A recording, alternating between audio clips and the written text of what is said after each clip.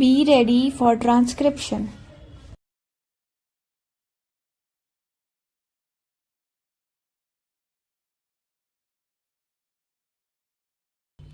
I would like now to make a few observations on the budget.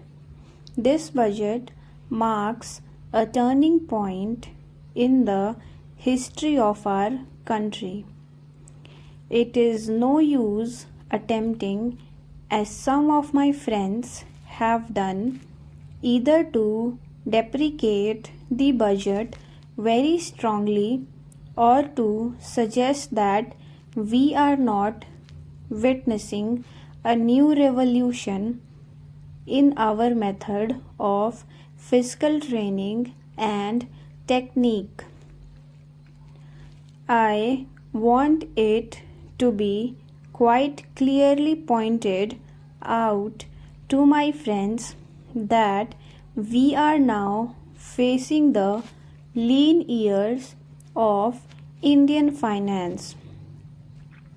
Hitherto, we had revenue surplus, which were a form of public saving and which were meant to be utilized for capital development.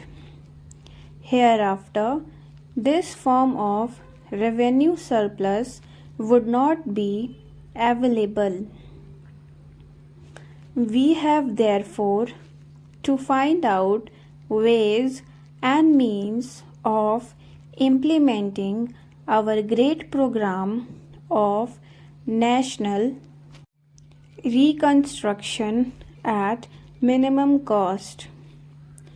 My point is that the deficit on revenue account would be of order of about rupees 19 to 20 crores. Here, let me point out that I do not agree with those of my friends in the finance department who have attempted to suggest that rupees 9 or 18 crores which are obtained from Pakistan should be put to the revenue side of the budget. They are to be put on the capital side, but that does not seriously alter the trend of my argument. What I am suggesting is that we would have to be prepared for a deficit of a much higher order even on the revenue side.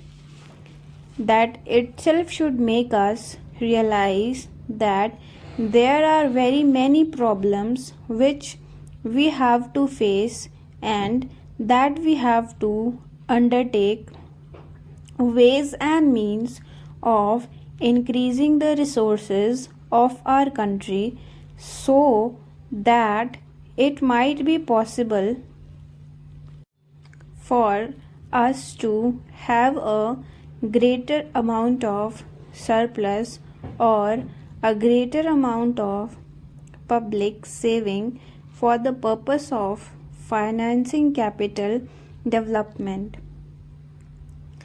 The finance minister, in the course of his speech, Mr. Deputy Minister, pointed out that the deficit during the past 2 years were of the orders of rupees 83 crores.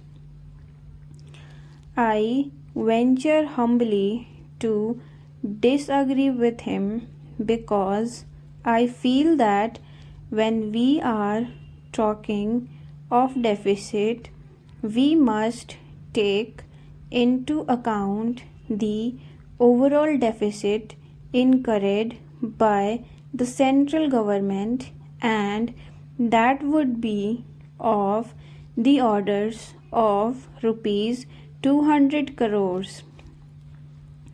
During the years of relatively light expenditure, we had a shortfall of about rupees 200 crores. Undoubtedly, now when we are going to have a very great amount of expenditure, we might have a great amount of deficit, and we would have to find out ways and means of trying to meet our capital expenditure. Some members have pointed out that deficit financing is good. Others have pointed out that it is poison. One honorable member who preceded me pointed out that it could be taken like a tonic. Now, I am not willing to either into the merit of deficit financing or demerits of deficit financing in an academic spirit. The time has now came when we should face realities. I do suggest that we have to indulge in deficit financing, because without indulging in deficit financing, it would not be possible for us to indulge in capital expenditure on such a large scale.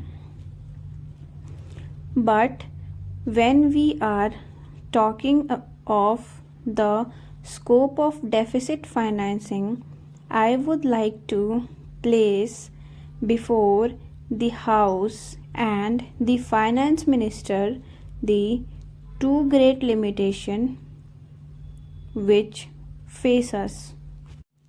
The first limitation that faces us is that concerning the internal price level. The Honorable the Finance Minister referred to the cost of living. He said that he was going to keep a watch over the cost of living so that it may not shoot up within a short period and make a mess of the plans of capital development. But there is another limitation which has also to be borne in mind, a limitation which has not received as much notice as it should have done in all the discussion that have taken place on deficit financing. The limitation is external limitation, or the limitation which arises on account of balance of payments position. I think this is as important, Mr. Deputy Speaker, as the internal price level, and I should like to elaborate that particular point a bit more, because I feel that a time will shortly arrive when we might have either to reconsider our policy or might even have to leave the Starling Club of which we are member. The second serious limitation is as serious as the first. What would be the consequences of deficit financing on our balance of payments? The Finance Minister in his budget speech points out that so far as the balance of payment position is concerned, they have now, whether it is by accident or design a favorable balance, and they have contributed about rupees 63 crores to the dollar pool during the past 6 months. But the moment we indulge in deficit financing, we have to be prepared for worsening of our balance of payments.